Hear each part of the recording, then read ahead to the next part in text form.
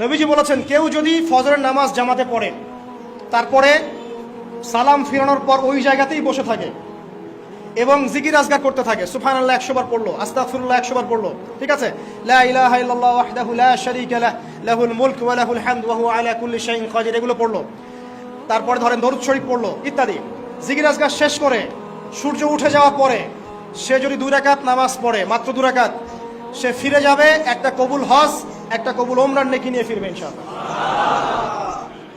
আরেকটা নামাজ আছে, যদি পসিবল হয় পড়তে পারেন, 8টা থেকে 10টার মধ্যে পড়ে ফেললে ভালো, এরপরে সূর্য উঠে যায়, সূর্য গরম হয়ে যায়। সেটা হলো আপনার এই চাশতের নামাজ, যেটাকে আমরা বলি সলাতুদ দুহা, চাশতের নামাজ। আমরা অনেকে রিজিকের সমস্যায় ভুগি না, দারিদ্রতা, রিজিকের সমস্যা, আমাদের অভাব, এই সমস্যা আছে না? চাশতের নামাজ যে ব্যক্তি নিয়মিত পড়বে তাকে 2টা ফজিলত দেওয়া হয়। কয়টা ফজিলত?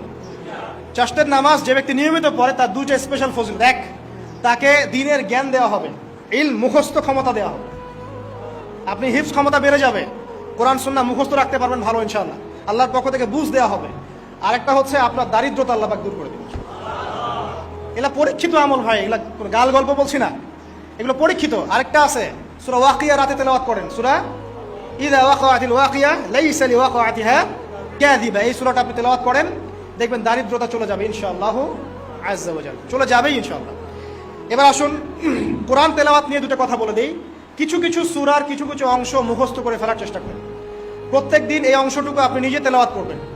ফর এক্সাম্পল, সূরা বাকারার প্রথম 5টা আয়াত, তারপরে আয়াতুল কুরসি 255 নম্বর আয়াত, সূরা বাকারার শেষের 3টা আয়াত, সূরাতুল আলী ইমরান শেষের 10 আয়াত, সূরা কাহফ প্রথম 10 শেষের 10, সূরা মুমিনুন শেষের 5-7টা আয়াত, সূরা তাওবার শেষ পৃষ্ঠা, সূরা আহজাবের শেষ পৃষ্ঠা, সূরা ফালাক, সূরা নাস, সূরা ইখলাস, সূরা কাফিরুন, সূরা জিন এর প্রথম 10টা-20টা আয়াত, এছাড়া আরো সূরা হাশর শেষের 5-7টা আয়াত, এগুলো মুখস্থ করে ফেলেন। প্রতিদিন এগুলো আপনি চর্চা করবেন, পারবেন ইনশাআল্লাহ। প্রত্যেকদিন যদি কোরআন তেলাওয়াত করেন একটা নেকি আছে, একটা ফজিলত স্পেশাল, সেটা হলো কোরআন কিয়ামতের মাঠে আপনার পক্ষে সুপারিশ করবে।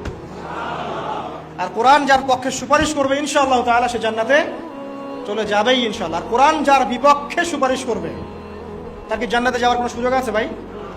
আল্লাহ বোঝার তৌফিক দেখ, আমিন।